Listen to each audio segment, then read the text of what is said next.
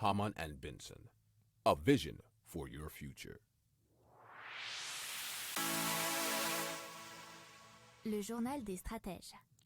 Alors on va parler tout de suite du prix des carburants et plus particulièrement, on va dire, du samplon 95 qui va donc, selon toute vraisemblance, dépasser les 2 € le litre très prochainement selon un article de parimatch.com. Et plutôt, ce sont les analystes qui sont assez d'accord sur le sujet. On va vous citer Joel Hancock, qui est analyste chez Natixis, qui dit qu'on va tout droit vers le baril à $100 et ça sera au plus tard cet été. Mais il ne pense pas que le prix record de 2008, $147 le baril, sera atteint. Alors il faut savoir que, toujours selon Joel Hancock, malgré les efforts des pays producteurs de pétrole pour déplacer de 37 à 41 millions de barils par jour, eh bien, il y a toujours une certaine sous-production. Et donc, vous savez, l'offre et la demande, eh bien, si l'offre est trop faible et la demande trop haute, eh bien, les prix augmentent. Alors, on va aussi parler du problème en termes de matières premières, c'est le sous-investissement qu'on a connu. Et ça, c'est Benjamin Louvet du fonds OFI AM qui en parle assez souvent et qui nous explique en fait que pour maintenir la production et les installations, il faudrait investir 555 milliards d'euros par an. Ainsi pour pouvoir augmenter les capacités de production et donc avoir plus de pétrole et que la demande soit satisfaite. Alors de 2016 à 2019, les investissements étaient d'environ 400 milliards d'euros par an, alors que ils ont plongé en 2020 et 2021 260 et 305 milliards d'euros.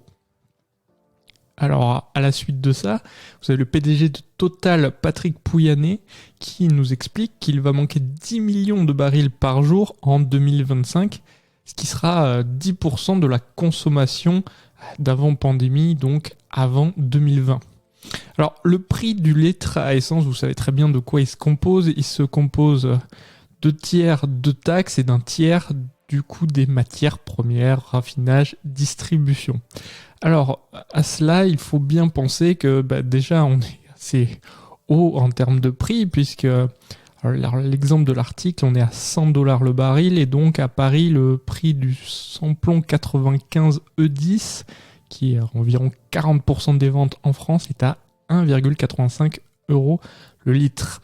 Et donc, selon toute vraisemblance, on devrait atteindre plus de 2 € bientôt en France, dans toute la France, mais le prix de 2 € est déjà atteint apparemment à Paris.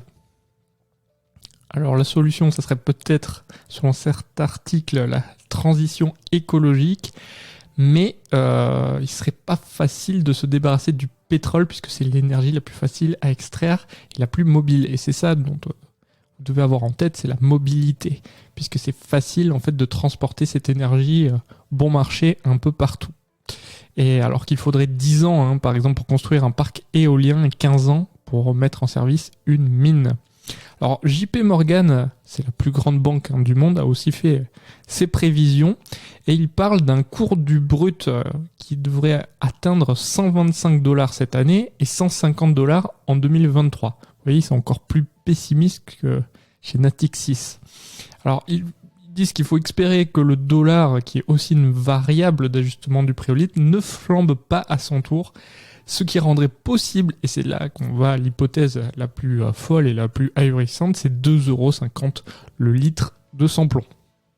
Si vous aimez cette revue de presse, vous pouvez vous abonner gratuitement à notre newsletter qui s'appelle La Lettre des Stratèges, LLDS, qui relate, et cela gratuitement, du lundi au vendredi, l'actualité économique, technologique, énergétique, mais aussi de l'hydrogène, et puis de tout ce qu'on trouvera super intéressant pour votre vie.